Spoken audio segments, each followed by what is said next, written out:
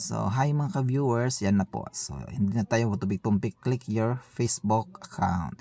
Tapos, punta tayo sa inyong profile. So, nakikita nyo po yung profile account ko po. Please, paki-follow na lang po para marami tayong ma-upload na videos. Click nyo po yung view tools. Okay po, view tools. Tapos, napunta kayo dito, click nyo po yung see more insights. So, see more insight, click nyo po. Tapos, yan. Click po yung top content, yung see all. Yes, click nyo. Yon, dito nyo po makikita kung ilang views ang nag-view sa mga upload nyo, no? Lahat po ng content dito makikita. Yan.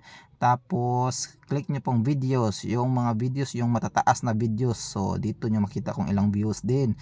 Reels, yung mga short videos, mga viewers. Yan, makita nyo ilang views. Live, wala pa akong live mga ka-viewers. Photos, meron ako 2 pa lang. So, please, paki-follow po yung Facebook page ko para marami pa tayong matulungan na mga maliliit na vloggers, no? So, ito. So nakikita nyo mga ka-viewers, no? So mali ito, back muna tayo. So dito sa baba nakita nyo yung followers, click nyo po yung see all. Yes, dito po nyo makikita mga ka-viewers sa account nyo kung saan tayo malakas, maraming nag-view, no? Sa page natin kung ilan ang babae, ilan ang lalaki. Yan, dito nyo makikita ang sa lugar na marami tayong viewers mga ka-viewers. So ito, yan, back tayo.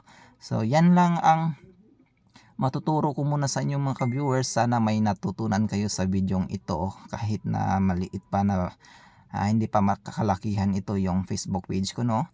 So ibaback ko na po, no? Ibaback ko, scroll down, so back. Ito po yung Facebook page ko. Please po paki-follow para marami pa tayong matulungan na ibang kagaya natin. Maraming salamat ka-viewers. Bye.